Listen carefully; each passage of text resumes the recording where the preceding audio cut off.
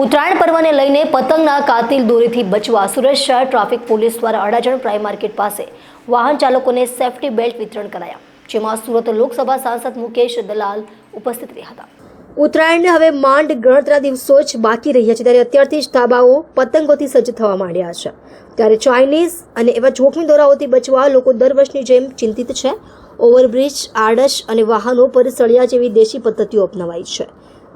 અત્યારે Adajan prime market પાસે સુરત શહેર પોલીસ અને સામાજિક સંસ્થા દ્વારા ગળામાં પહેરવાના બેલ્ટનું વિતરણ થયું હતું, જેમાં સુરત લોકસભા સાંસદ મુકેશ દલાલ ઉપસ્થિત રહ્યા હતા। આ પ્રસંગે સુરતના સાંસદ મુકેશ દલાલે પતંગ રસિકોને ચાઇનીઝ દોરીનો ઉપયોગ ન કરવા ખાસ અપીલ કરી હતી।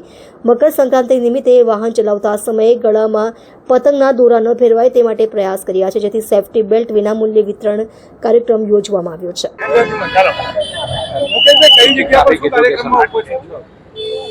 Surat district traffic education trust દ્વારા ઉત્તરાયણને નિમિત્તે વાહન ચાલકોને સલામતી રહે તે રીતે સેફટી બેલ્ટના એક વિનામૂલ્ય વિતરણનો કાર્યક્રમ અડાજણ પ્રાઇમ માર્કેટ ખાતે યોજવામાં આવ્યો હતો।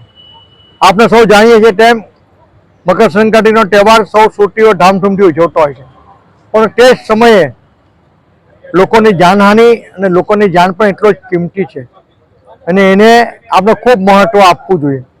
દોરાથી લોકોના ગળા કપાઈ જાય છે અને મૃત્યુ સુધી એ ઘટનાઓ બનતી હોય છે, ત્યારે વાહન ચાલકોને વિનામૂલ્ય સેફટી બેલ્ટ આપવાનો એક આ કાર્યક્રમ માટે કરવામાં આવ્યો હતો। સાથે જ હું સૌ સુરતીઓને અપીલ પણ કરવા માંગુ છું કે આપ તહેવાર ભલે ધામધૂમથી મનાવો, પણ સાથે ચાઇનીઝ માંજાઓનો ઉપયોગ નહીં કરતા।